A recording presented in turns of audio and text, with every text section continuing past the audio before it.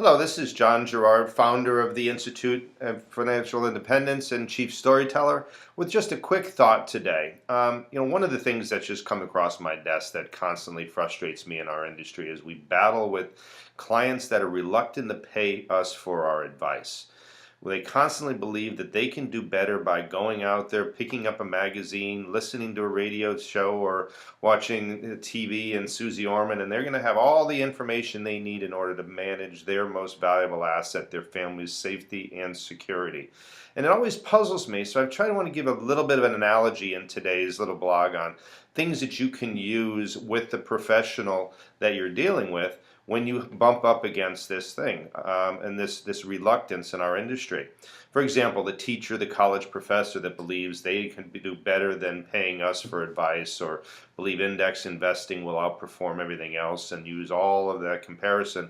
Well, that person's a professional, and why can't we just change the conversation and say, well, that means that you believe that your students can go on the internet and learn more without any need of having the teacher, and what your profession and your years of experience, your years of training in the classroom will bring to the equation.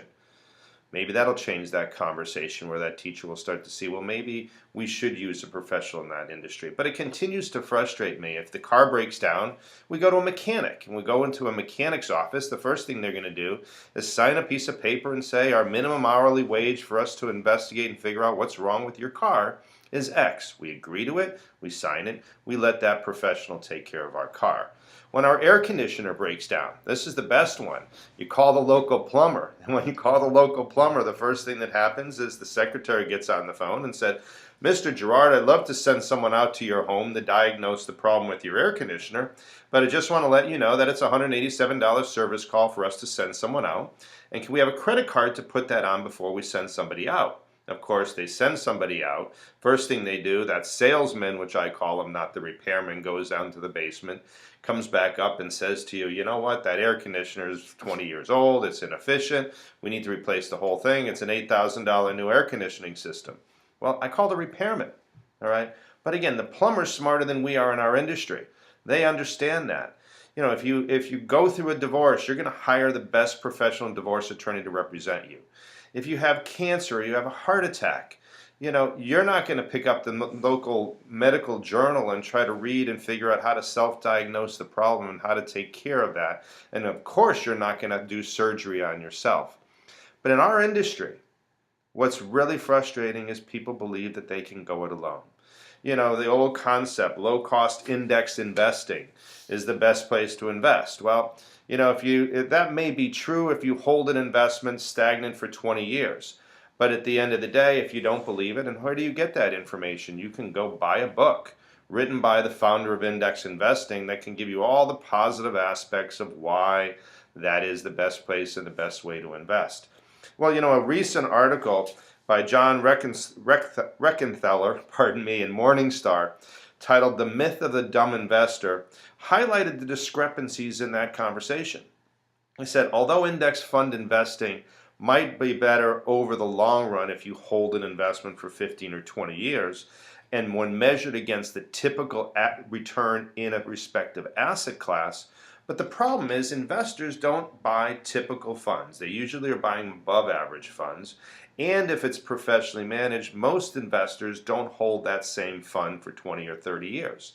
So again, there's too many reasons, and there's always a explanation, but what puzzles my mind is why the people in our industry believe that we are not worthy as professionals to pay for our advice. Perhaps our industry needs to start changing this conversation. You think about it, when we go out the next time and you sit in front of someone's kitchen table, doling out our years and years of professional advice and guidance and experience for them, and we don't charge them a fee, maybe we're self-perpetuating this problem. Maybe it's our problem where we're the ones that aren't comfortable asking a client to pay us for our advice. The reality is everybody's a salesman out there, all right?